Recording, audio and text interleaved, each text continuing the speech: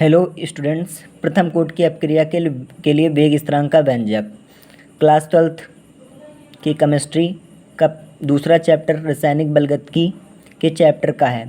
पिछले साल शून्य कोटि की अपक्रिया आई थी, तो इस बार आशा है कि प्रथम कोटि की अपक्रिया का वेग स्थिरांक का व्यंजक आएगा। इस वजह से ये मैं व्यंजक करा रहा हूँ। ठीक है, तो ये जो ए है, ठीक है, अभिकारक, ये कितना उत्पाद बनाता है? उत्पाद बनाता है। प्रारंभ में सांद्रण ए मोल प्रति लीटर है, उत्पाद बनाएगा 0 मोल प्रति लीटर। टी समय पश्चात कितना हो गया? ए माइनस एक्स मोल प्रति लीटर हो गया, और उत्पाद कितना बनाया? एक्स। अब प्रथम कोटि की अपक्रिया के अनुसार अपक्रिया की दर बेटा कितनी होती है? डी एक्स बटे डी टी। कि किसके प्रोपोर्शनल होगा? अभिकारक ए के प्रोपोर्शनल। और ये बेटा ब्रैकेट लगने के बाद इसे बोलेंगे अभिकारक का सांद्रण। इसकी घात कितनी है? 1।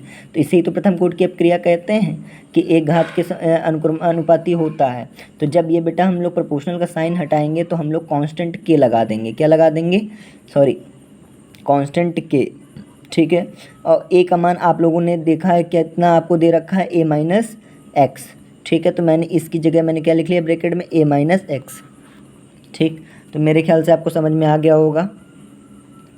फिर डी एक्स बटे डी टी बराबर के ए माइनस एक्स।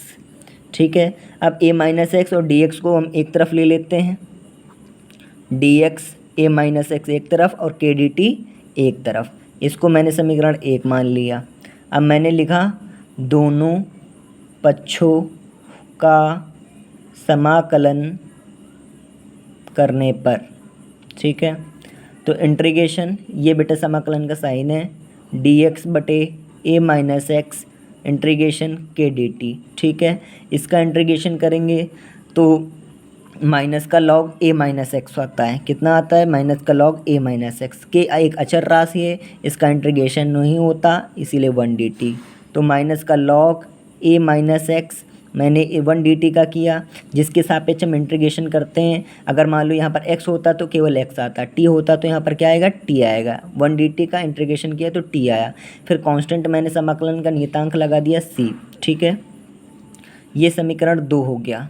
ठीक है, अब मैंने बोला यदि समय 0 हो, t इक्वल टू 0 हो, तो उत्पाद x भी कितना होगा? 0 होगा। तो मैं इसका मान समीकरण 2 में रखता हूँ। ठीक है, तो लॉग ए, एक्स की जगह मैंने क्या रख दिया? 0 रख दिया। ठीक है, और इस टी की जगह मैंने क्या रखा? 0 रखा प्लस सी। तो सी बराबर बेटा कितना आ गया? के 0 सी। अब बचेगा माइनस का लॉग ए। ठीक है, सी का मान आ गया माइनस का लॉग ए। अब देखिए, इधर मैं कर देता हूँ थोड़ा।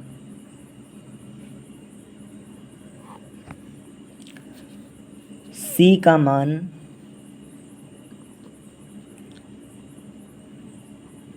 समीकरण 2 में रखने पर। ठीक है, तो माइनस का समीकरण 2 को हम लिख लेते हैं लॉग ए माइनस एक्स बराबर के टी प्लस सी। ठीक है, ये मेरा समीकरण 2 है। तो मैं लॉग ए माइनस एक्स जैसे लिखा था वैसे ही लिख दिया मैंने। के टी, सी का मान मैंने कितना निकाला? माइनस का, सी का मान मैंने निकाला माइनस का लॉग ए। तो मैंने इस सी की जगह मैंने लिखा माइनस का लॉग ए। ये माइनस लॉग ए इस पक्ष में आएगा तो काहे का हो जाएगा? प्लस का।